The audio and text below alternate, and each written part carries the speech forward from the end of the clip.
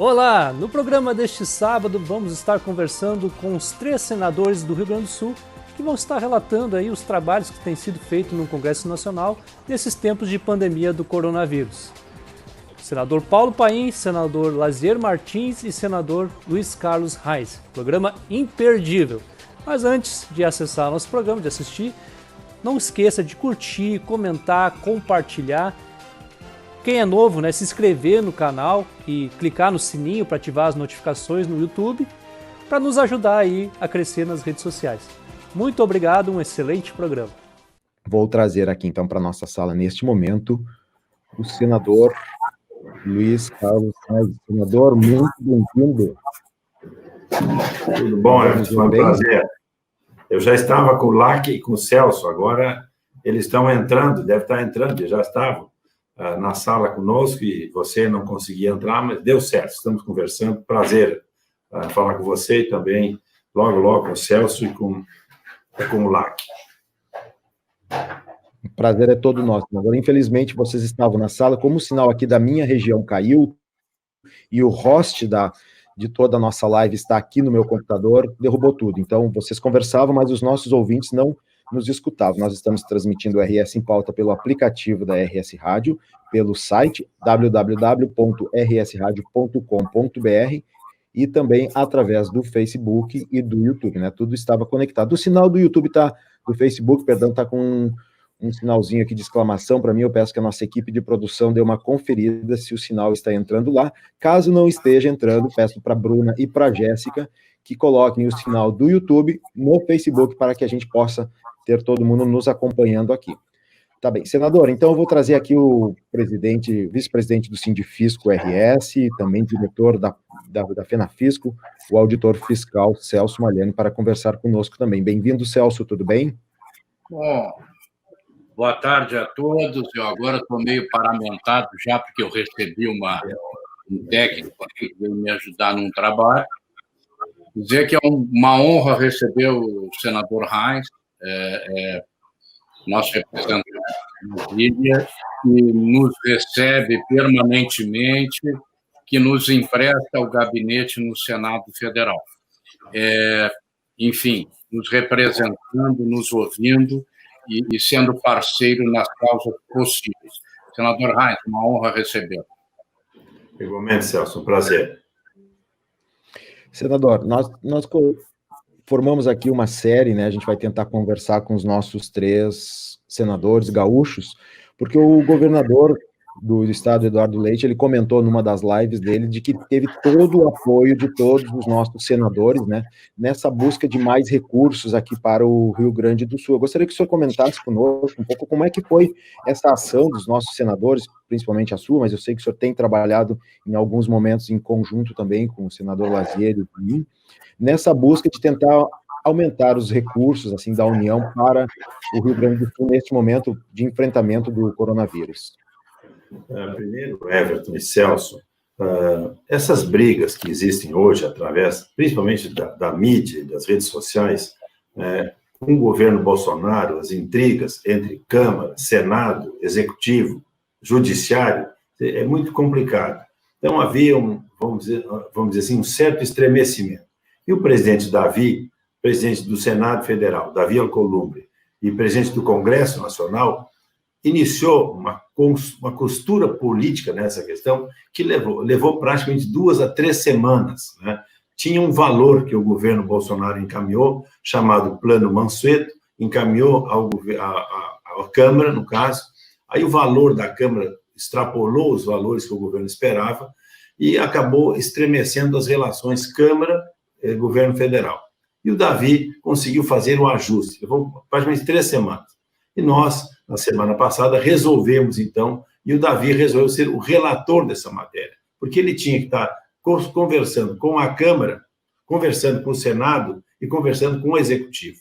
Então, ele costurou e construiu um ajuste para podermos retomar esse assunto, para ajudar os estados e municípios com as perdas, com o ISS e também com o ICMS. O Celso, que é do Sindifisco, sabe bem como é que funcionam essas questões. Então, foi esse o arranjo, e nós votamos no sábado, houve uma sessão especial, sábado à tarde, que nós passamos a discutir essa matéria e votamos. A sessão começou tipo 3h30 da tarde, e encerrou 00:15 já da madrugada de domingo.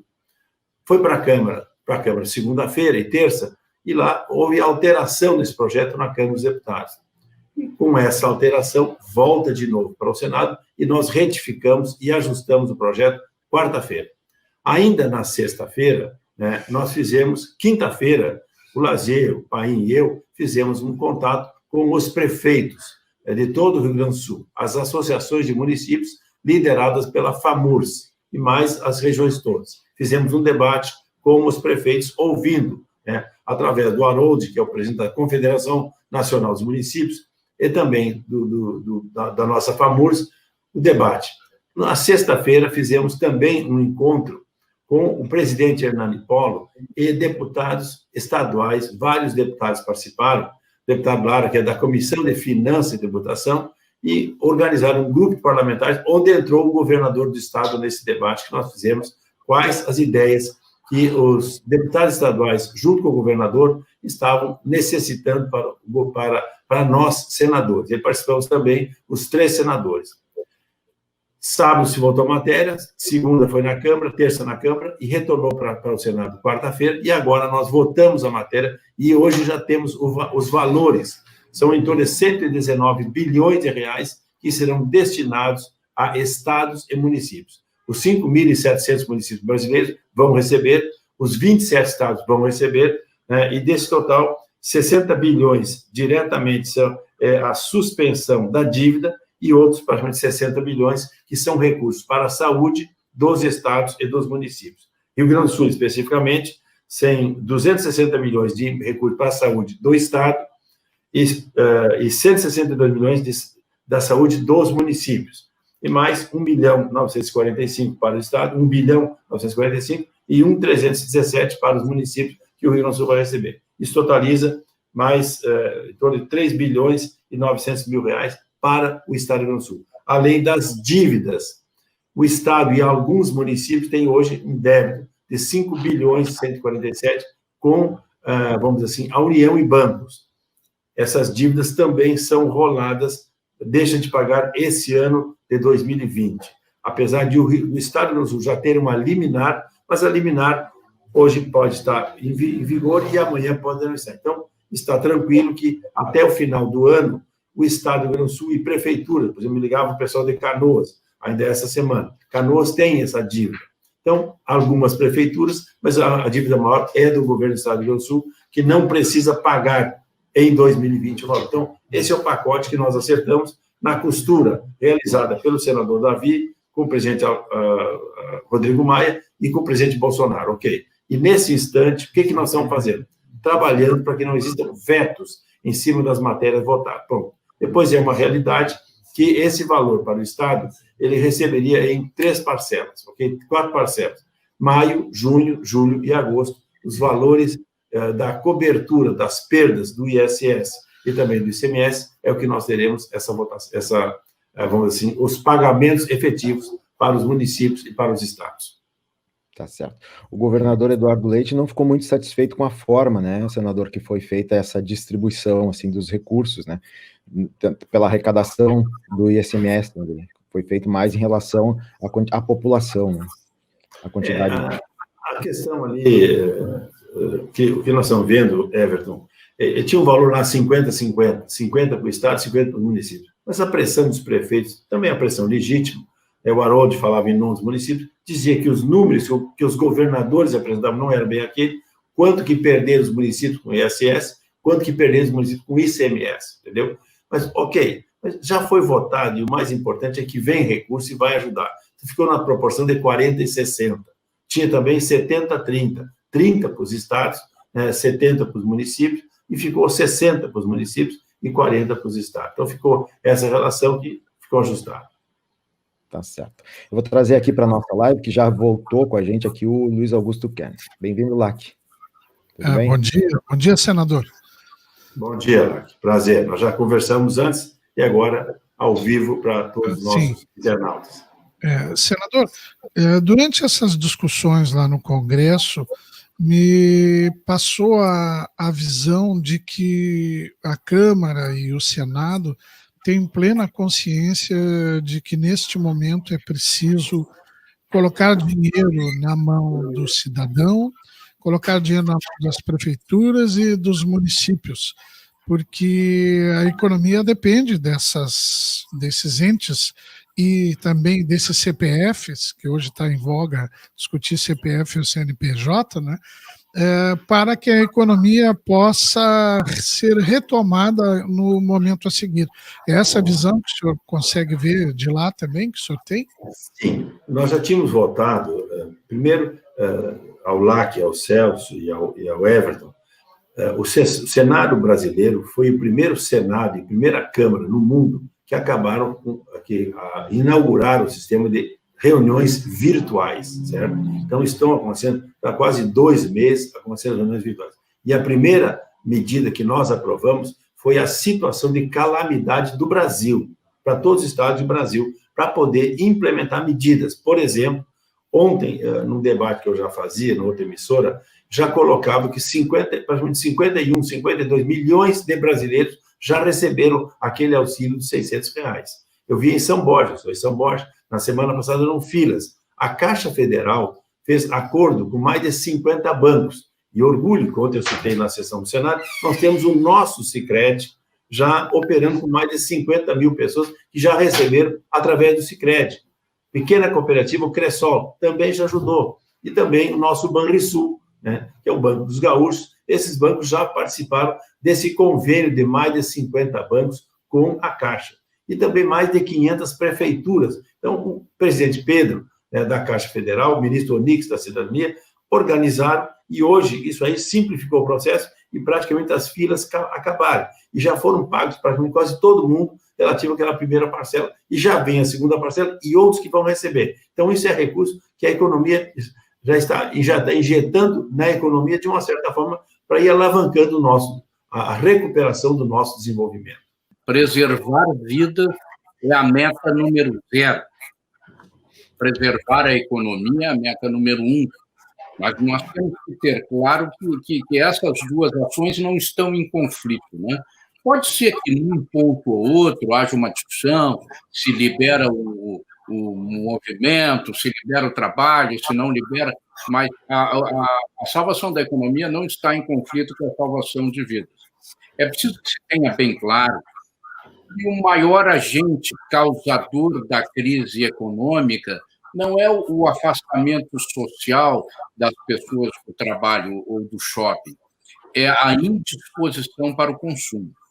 O cidadão, ainda que se tu fizer uma abertura de shopping, aparece todo mundo entrando e arriscando a própria vida no contato social muito próximo, essas pessoas não entram no shopping com a disposição de consumo que nós precisamos para recuperar a economia e os empregos.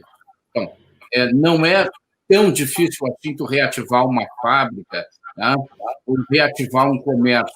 Difícil é tu dizer para o cidadão, vai lá consumir que vai dar tudo certo. Então, o que realmente preocupa nesse momento é que o governo está fazendo o seu esforço, foi feita, através do PLP 39, essa distribuição de recursos para estados, para as unidades da federação, que vem pensando como governador Eduardo, exatamente a forma de rateio. O nosso amigo, senador Davi Alcolumbre, pode não ter acertado exatamente a calibragem para o Rio Grande do Sul e para o Amapá, e eu estou colocando os dois em extremos do país, em extremo populacional e em extremo, enfim, de demanda.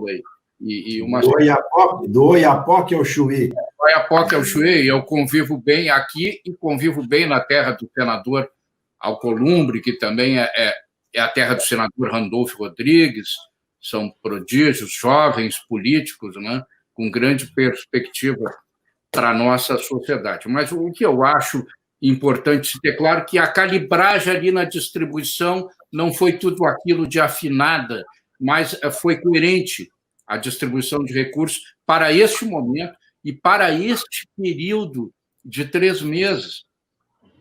Mas se nós não conseguirmos animar Sua Majestade o consumidor, posso usar esse termo, nós precisamos animar Sua Majestade o consumidor para que a economia volte a rodar. Talvez o Estado brasileiro tenha que jogar mais dinheiro na economia para a população mais pobre ter mais dinheiro, né, para viver melhor, diminuir, enfim, as suas carências e consumir. Agradeço em meu nome, em nome do Sindifisco também, junto com o Celso, junto com o Everton, à sua disposição em participar. Um abraço para vocês, foi um prazer, Everton. Lá aqui também o amigo Celso aí. Um abração para vocês. Tá bom, à disposição. Tá bom? Um abraço, senador. Muito obrigado e um abraço também aos nossos ouvintes e o pessoal que nos acompanha pelo Facebook e pelo YouTube também. Boa tarde a todos. Desculpe um pouquinho o atraso, é que nós temos um projeto importantíssimo hoje, que é um projeto de rebaixamento dos juros no cartão de crédito e no cheque especial. E eu estava há 1 hora debatendo com a minha equipe alguns detalhes do relatório. Então, por isso me atrasei um pouco, mas estou à disposição, com muito prazer eu participo. Tá certo, senador. É uma honra para nós ter a sua participação aqui no nosso programa, na nossa live, né? Senador, nós estamos tentando fazer uma série conversando com os 3 senadores gaúchos, né? Conseguimos já falar com o senador Reis e agora temos a honra de lhe receber aqui na nossa live, no nosso programa da web rádio RS Rádio. A ideia é saber o que estão fazendo, né, os nossos senadores, quais são os principais projetos nesse momento tão difícil que estamos vivendo, a nossa nação brasileira, os brasileiros estão passando por esse problema de pandemia de coronavírus, que vem a somar com aquela crise social e política e financeira que nós já estávamos vivendo, principalmente aqui no estado do Rio Grande do Sul, né? Sim, é o LAC, né? É o LAC que está falando? Sim, não, é o Everton. Olha, nós estamos vivendo uma excepcionalidade também em termos de plenário do Senado. Basta ver que nós estamos tendo as votações de deliberações via virtual, o que tem criado alguma dificuldade. Então, houve a programação, através de um ato da presidência do Senado, o ato número 7, para se debater, durante esse período da calamidade, apenas projetos que digam respeito à crise, à calamidade. Já houve, em 2 casos, 2 desvios que foram criticados por nós, e eu particularmente critiquei, mas temos praticamente só tratado de projetos que digam respeito às liberações de recursos, de benefícios, como todos sabem, desde o auxílio emergencial para cerca de 50 milhões de brasileiros, aqueles R$600, que, aliás, já não estão chegando para alguns, porque já está faltando dinheiro, já não sabe quando será a segunda parcela. Também o projeto que atendeu às micro e pequenas empresas, a profissionais que estão inativos, e agora chegou a fase dos estados e municípios, com a votação da semana que vem. E assim vai a coisa, numa situação preocupante, porque isso está significando um déficit extraordinário para a União. Lembrando que no ano passado o déficit da União terminou em dezembro com 124 bilhões de reais, e agora, já no presente momento, conforme tem dito reiteradamente o ministro Paulo Guedes, já estamos com 600 bilhões de déficit, e até o fim do ano a previsão é 900 bilhões. Imagine o que isso significa para um país que já vinha rateando, já vinha em profundas dificuldades econômico-financeiras. E aí, se não bastasse essa crise sanitária, mais a crise econômica, ainda sobreveio essa incrível crise política. Então, esse é o cenário que nós estamos vivendo. Crise pouca é bobagem, e é o que nós estamos tendo. O LAC perguntava se não é hora, se o senhor não acha que é hora de largar de mão o teto de gastos. É isso, LAC? Isso. Sobre o teto de gastos. O teto de gastos. A preocupação com a despesa e ajudar a população. Olha, praticamente já se largou presentemente, com as últimas matérias votadas, já se passou a desrespeitar o teto de gastos e, inclusive, com como é que se chama? A lei do ouro, como é que se chama? Regra de ouro. Regra de ouro, Celso. A regra de ouro, exato. Até a regra de ouro já está sendo rejeitada no presente momento diante da emergência que nós estamos vivendo. Isso aí vai dar um estouro enorme lá adiante, né? Com o governo estourando completamente as suas finanças e vai ter que passar a buscar a recuperação a partir do ano que vem, o que vai ser uma tarefa árdua e de longo prazo, né? Uhum. Bom, sem dúvida. O senador me ouve, senador? O senador consegue me ouvir? Acho que não está me ouvindo, não é, Everton? Não, pelo sinal, Celso, o senador diz que não consegue te ouvir. Ele só ouve o meu. Mas eu pergunto, você aí, Everton, você está distanciado por acho que alguns quilômetros em relação a eles, você está conseguindo ouvi-los? Sim, nós estamos todos conectados. Eles estão conectados aqui, senador, com a mesma conexão que o senhor, o mesmo link, aquele que o Carboneira clicou para colocar nessa sala, o mesmo sistema, e sempre funciona. Nós entrevistamos o senador Luiz Carlos Reis, aqui o mesmo sistema não deu problema. Mas como é que eu ouço você e não escuto eles? Isso é que tá uma coisa um pouco estranha. O Celso saiu para tentar voltar. Os nossos ouvintes aqui, o Marcelo Fernandes e o Maurício Correia, estão comentando aqui nas redes sociais que estão nos ouvindo alto e claro. Senador, eu vou aproveitar nesse momento, então, enquanto eles não ouvem, vou trazer uma pergunta de um pessoal que está nos acompanhando nas redes sociais, tá? Vamos ver se o Celso volta aqui. A Maria de Lourdes, ela pergunta como o senador e seu partido se posicionaram com relação à ajuda, primeiro, aos bancos, na ordem dos trilhões, sem nenhuma contrapartida, né, dos próprios bancos. Olha, isso é uma matéria controvertida, né? Eu sou contra essas ajudas, né? Nós não podemos estar ajudando quem não precisa. E hoje, inclusive, esse projeto que nós vamos discutir hoje de tarde é no sentido de pedir a colaboração dos bancos. Está todo mundo colaborando, todo mundo solidário, instituições, pessoas, ajudas de tudo que é tipo, e precisamos que os bancos contribuam também. Então, que não contestem, por exemplo, um juro como aquele que nós estamos propondo, bastante irrisório, para aqueles que devem pelo cartão de crédito e pelo cheque pessoal, não é? Nós estamos vivendo uma situação totalmente excepcional, que eu acho que vai reverter numa mudança de costumes em todas as áreas, e inclusive no sistema bancário, que até hoje nos cobra juros estratosféricos, extorsivos. Imaginem que... É o maior juro do mundo. Imagine que em cartão chega a 300%. A nossa proposta para discutir hoje à tarde que é um projeto do Álvaro Dias, em que eu sou o relator, é de 20%.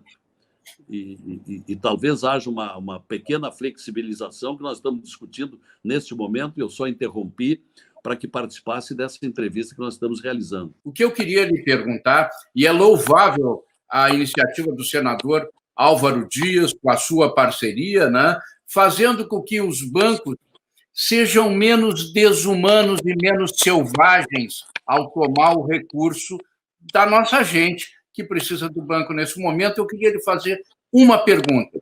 Os bancos, sem dúvida nenhuma, se beneficiam de juros sobre capital próprio, se beneficiam de uma situação tributária favorável para o quanto eles usurpam a gente e o povo desse país. A minha pergunta é se não caberia, nesse momento, abrir um debate tributário em relação aos bancos. Sei que o debate já existe com relação à CSLL, né, que vai ser ampliada para os bancos, mas se não, cabe abrir um debate tributário mais amplo para que eles possam contribuir, ganharam muito dinheiro, muitos bilhões. O ano passado distribuíram de dividendo um pouco menos de 70 bilhões. Não é a hora deles contribuírem com a sociedade brasileira através do mecanismo tributário e levar dinheiro para os cofres do Brasil? Essa é a pergunta, senhor. É uma boa pergunta e é uma situação que não é nova, é evidente que cabe.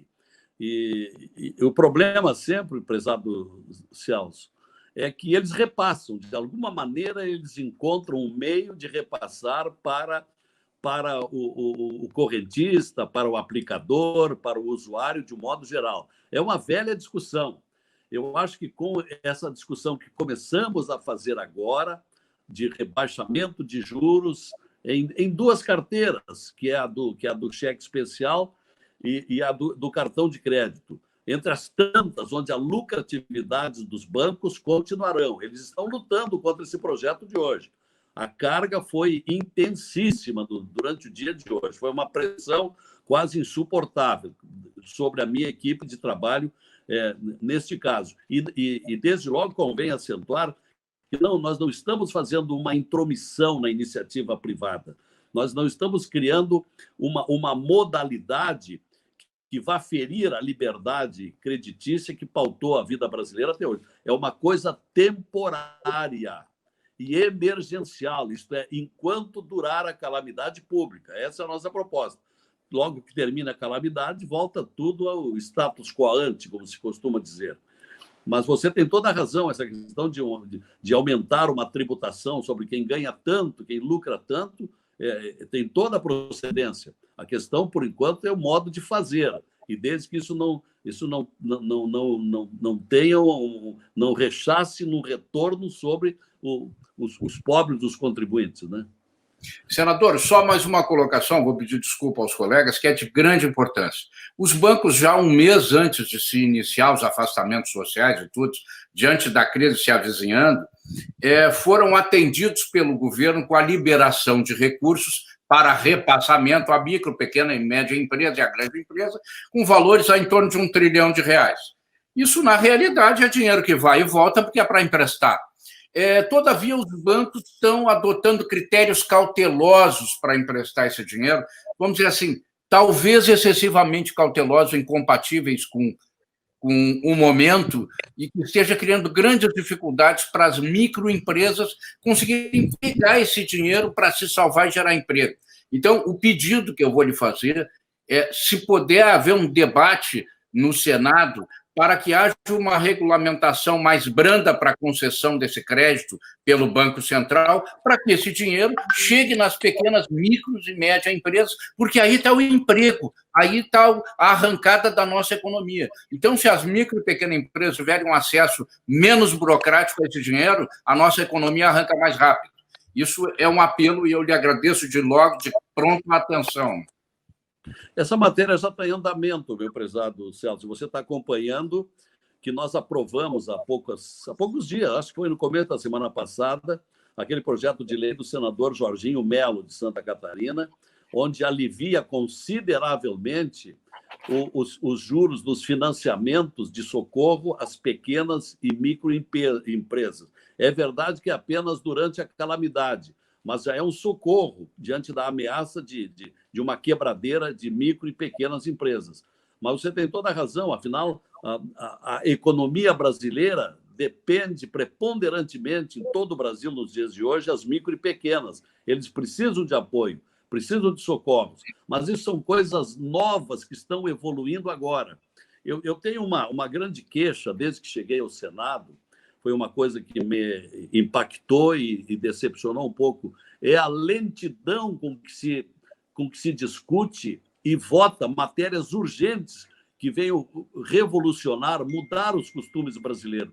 A produção legislativa no Congresso Nacional é pequena, é muito insuficiente. E falo isso porque nós poderíamos já há muito tempo estar reconhecendo isso que você está pregando, que é uma proteção maior e um incentivo maior às pequenas e microempresas.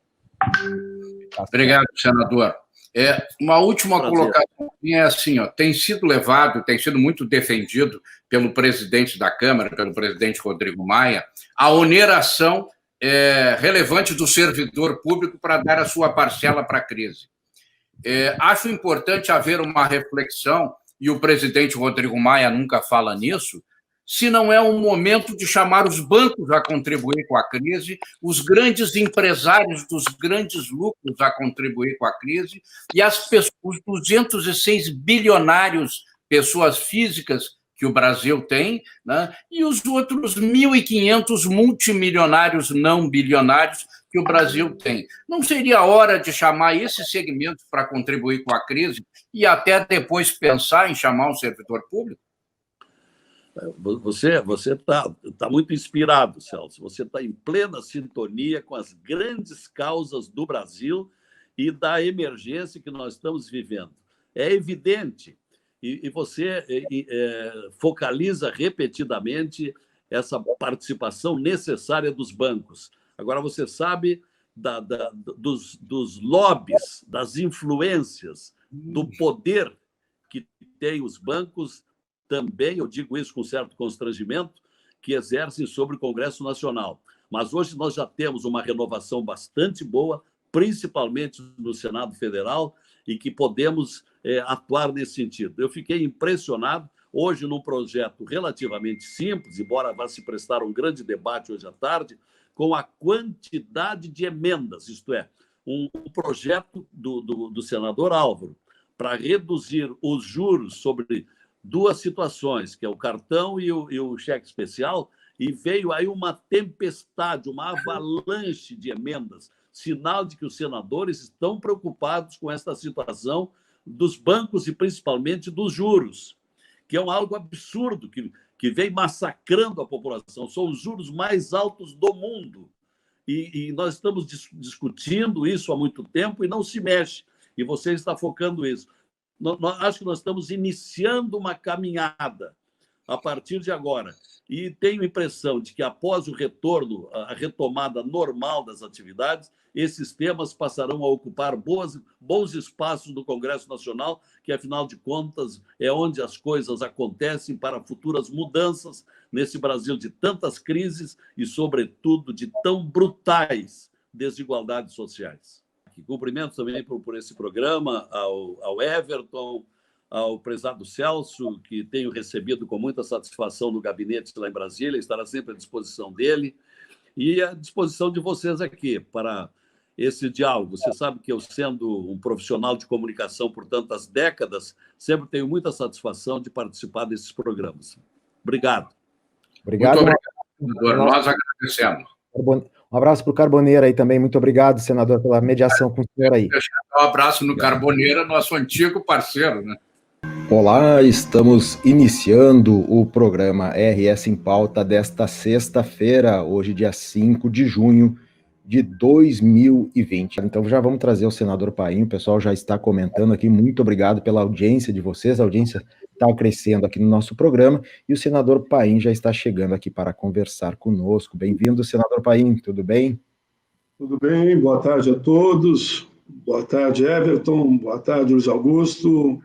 Boa tarde, o meu querido amigo e colega, eu diria de jornada, né? Porque a gente já cansou de viajar o Brasil todo por 2 vezes para debater direito dos trabalhadores da área pública, da área privada, previdência, enfim, o Celso Malhani. Então, é com muito carinho que eu aceitei o convite, estou aqui para ouvi-los, naturalmente, dar os meus palpites sobre alguns temas.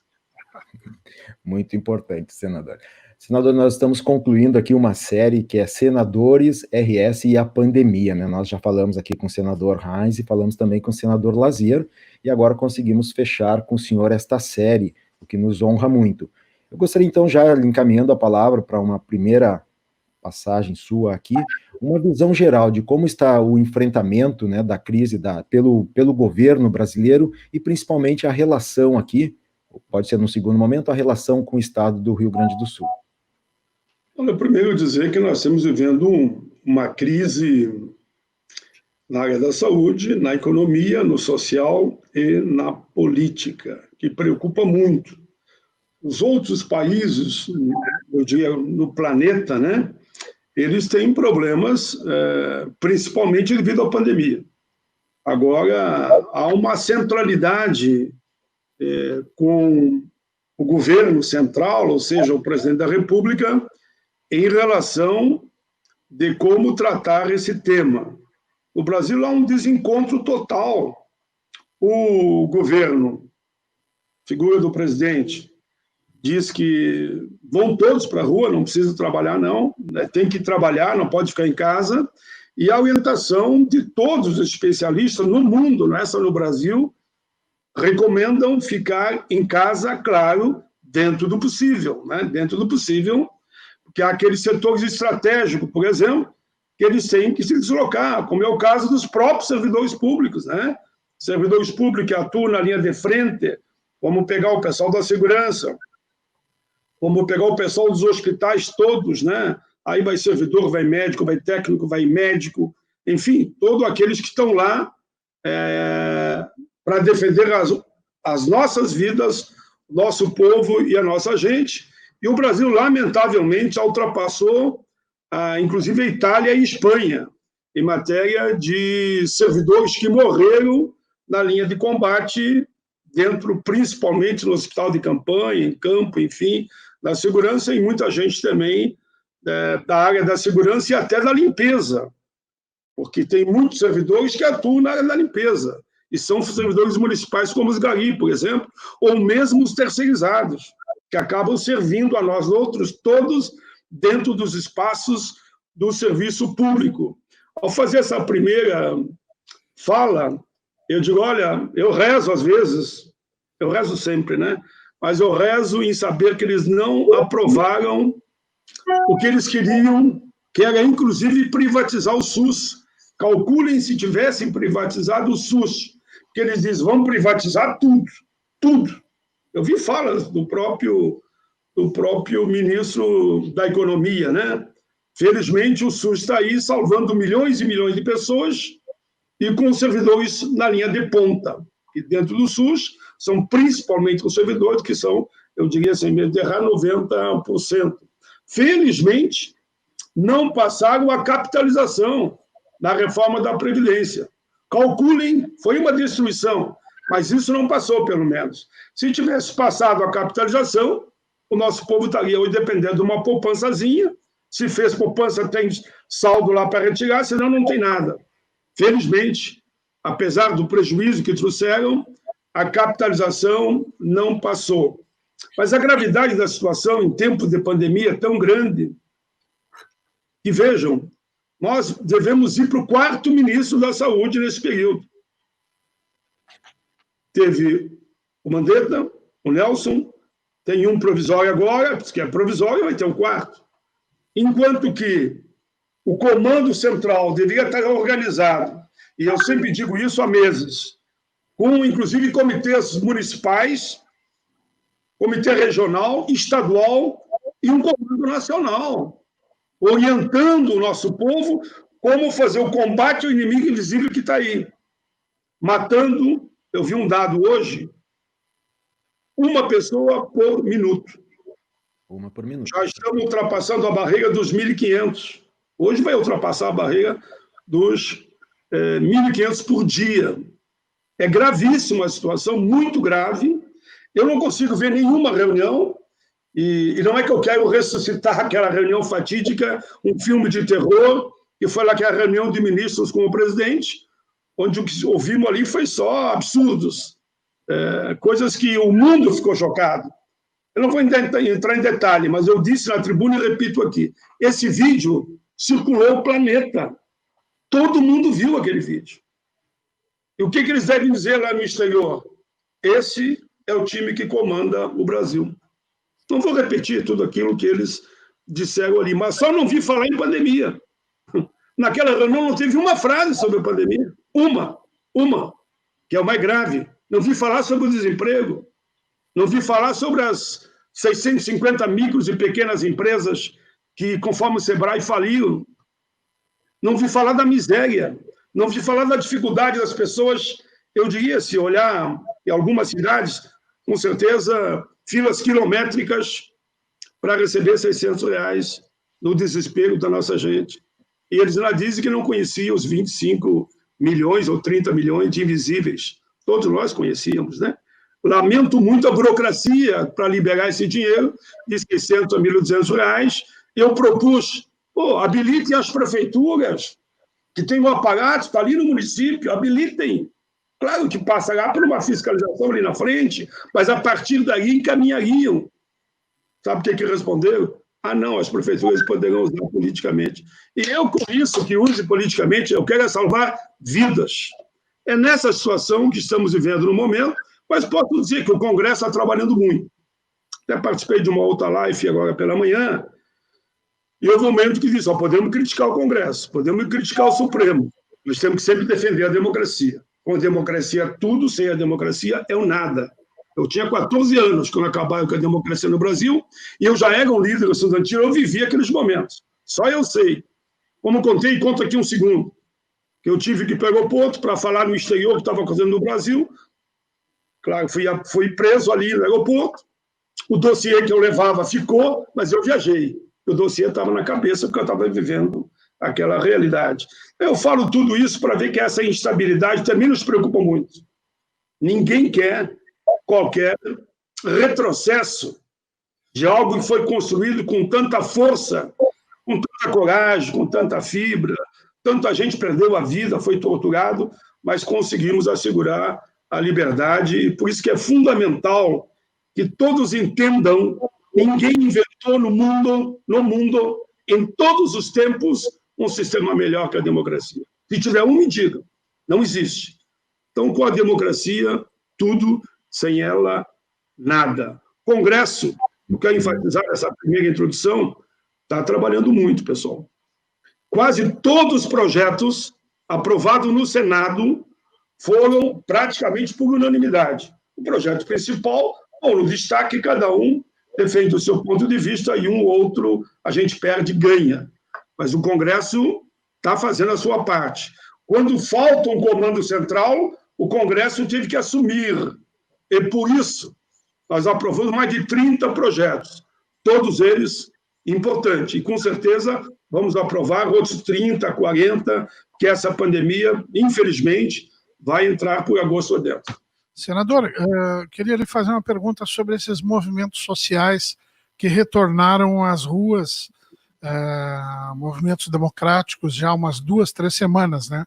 Há um debate nacional entre os intelectuais de esquerda e partidos políticos que estão pregando agora, e isso até dividiu a esquerda, que não se vá para a rua nesse domingo, nem nos próximos domingos. Próximos domingos.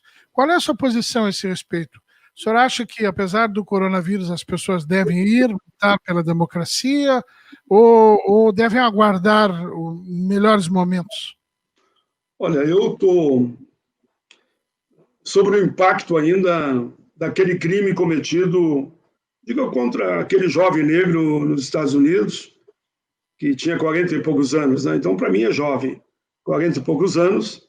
Eu falei na tribuna do Senado, enfim, fiz debate participei também na TV Senado sobre esse tema, daquela crueldade em cima de um cidadão negro e que dizia, não me mate, estamos sufocando. Por favor. Chegou a dizer, mãe, me ajuda. O desespero da morte, né? E o policial, na sua frieza, o manteve ali. E por que eu falo isso? A partir dali, nasce no mundo um novo momento. A filha dele, que deve ter uns 4 ou 5 anos, e ele está sendo velado ainda lá por diversos dias, sendo instrumento de, como a gente fala, uma lamparina a iluminar os túneis da vida, né? A menina disse, mãe, o pai morreu. Mas ele mudou um pouquinho de emoção, porque faz parte, não adianta. Toma conta da gente, até porque eu sou negro também, né? Mas ele mudou o mundo. O que eu estou dizendo com isso? A juventude no mundo, negros e brancos, estão mostrando o caminho. Repito e disse na tribuna do Senado por diversas vezes, negros e brancos, brancos e negros. Vocês podem notar nas imagens do mundo todo que as passeatas, eles com a máscara, se multiplicam em todo o mundo. A juventude, mais uma vez, está apontando o caminho da paz, do equilíbrio, da não violência, da solidariedade. Não importa se o camarada é negro, é branco, é índio, só se é migrante ou imigrante, todos somos seres humanos, temos que ter direitos iguais, não tem que haver discriminação. Por isso que eu tenho dito que, ao contrário de frases que eu vi ao longo da minha vida, e de alguém que eu respeito muito, foi Martin Luther King, que dizia que ele não estava preocupado com o barulho da minoria, mas sim com o silêncio dos inocentes, que é a maioria. Por incrível que pareça, se vocês perceberem, são passeatas silenciosas, de jovens que não querem nenhum tipo de violência, que querem unidade em cima de grandes causas.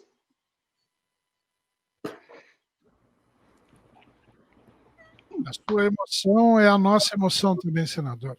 É o que eles dizem, eu consegui respirar aqui, que eles dizem, a frase no Brasil muito usada, eu estou usando também, e muitos estão usando, claro, né? As vidas negras são importantes. As vidas negras são importantes. As vidas negras são importantes, brancas são importantes, dos índios são importantes. Por isso, eu acho que esse movimento ele vai acontecer o natural, mais hoje ou mais amanhã. Entrando agora direto na pergunta. Aquela ponte que eu vi, se não me engano, foi em um dos países, foi nos Estados Unidos, de milhares de jovens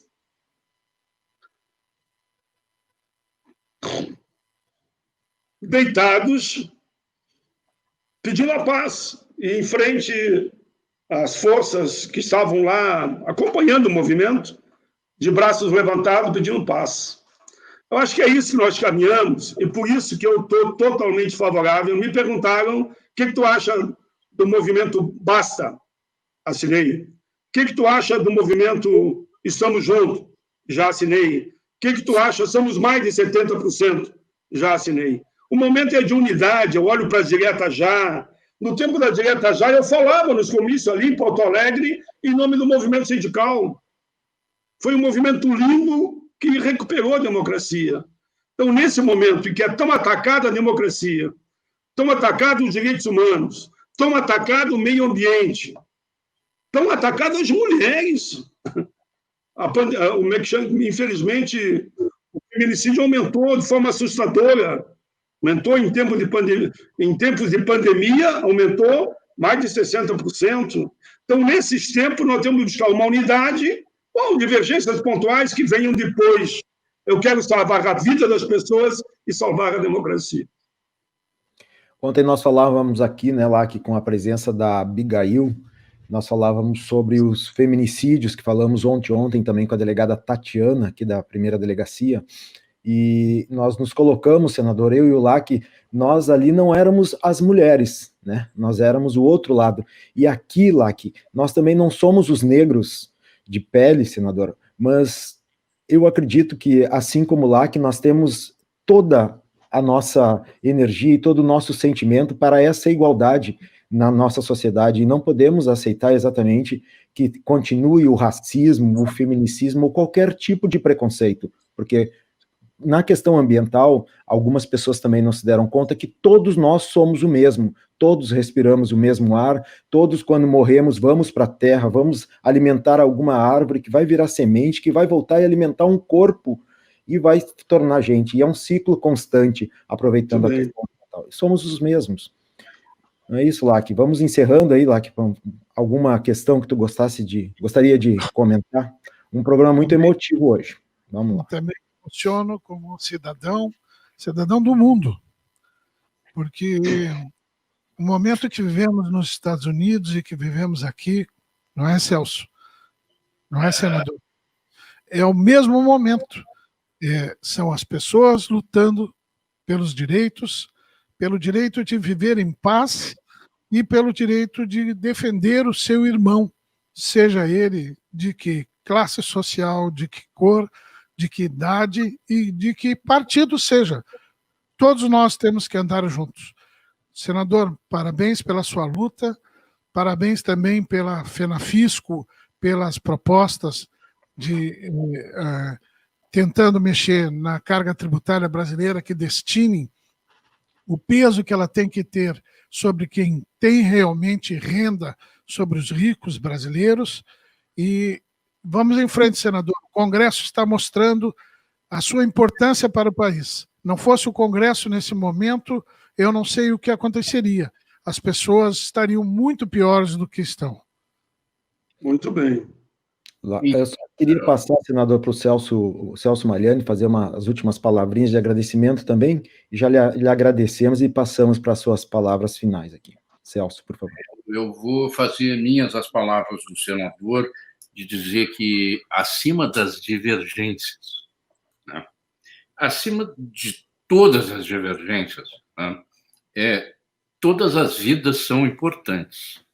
Todas as vidas, pessoal, nós temos, sim, vidas negras nas favelas, mas tem muitas vidas de todas as cores, de todas as origens, que talvez hoje estejam lá vivendo em 12 pessoas dentro de 2 cômodos, sem um sanitário.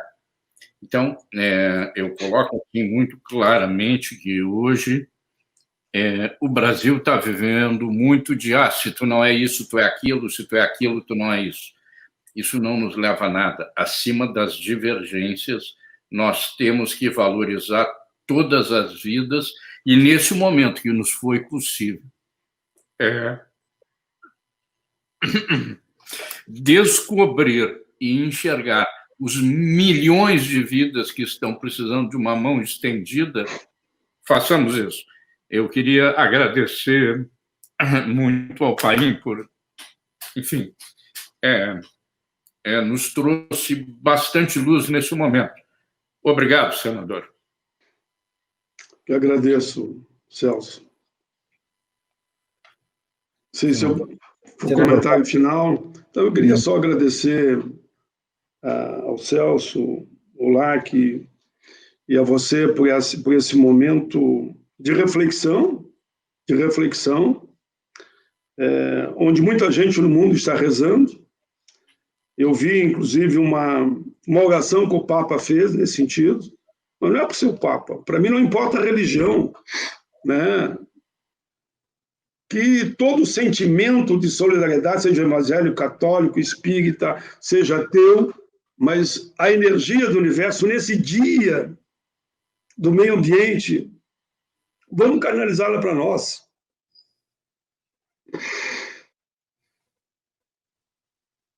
O porquê da emoção que nós estamos sentindo, e eu também estou sentindo, não nego. Aquele cidadão lá podia ser meu filho. Calculem. Podia ser o filho de um de vocês, não importa a cor da pele. O Brasil, infelizmente, nós temos que mudar isso, mata mais negro que os Estados Unidos. Mata mais, muito mais. Essa é a realidade das favelas. Essa é a realidade de falta de investimento na educação, no ensino técnico. Eu digo ensino técnico, foi o ensino técnico que me salvou, eu diria. Curso técnico que eu fiz quando era ainda menino. Eu vendia com orgulho frutas na Feira Livre de Porto Alegre. Depois fui chamado no Senai porque havia passado num concurso que eu tinha feito lá, num teste que eu tinha feito. Até hoje eu tenho um carinho muito grande ao Sistema S. Alguns estranham. Por que esse carinho ao Sistema S, pai? Que é a minha vida.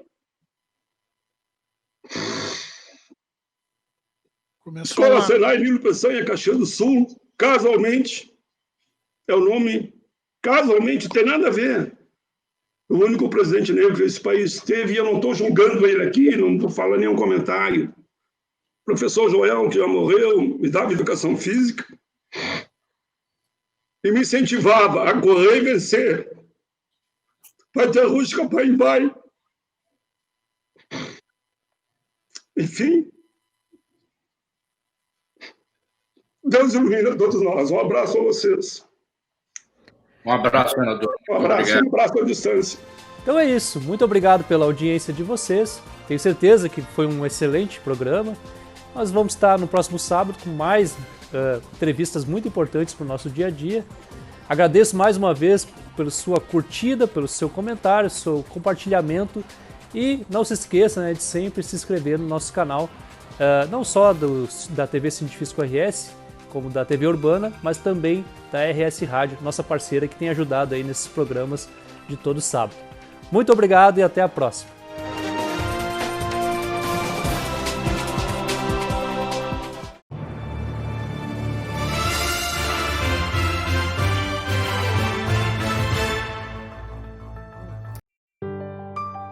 Eu já vi tanta coisa nessa vida. Nasci em 1928. Um ano depois, estourou a terrível crise de 29. Só que eu sou gaúcho e não me abalo por qualquer coisa. Eu sigo em frente. Depois veio a Revolução de 30, a Segunda Guerra, dezenas de planos econômicos e 8 moedas diferentes. Ao longo desses 90 anos, eu segui firme na minha missão. Inovar sempre para apoiar o desenvolvimento da nossa gente. Eu já vi tanta coisa nessa vida. E é por isso que eu digo, não existe desafio no mundo capaz de dobrar o povo do Rio Grande. Banrisul, 90 anos de uma grande história.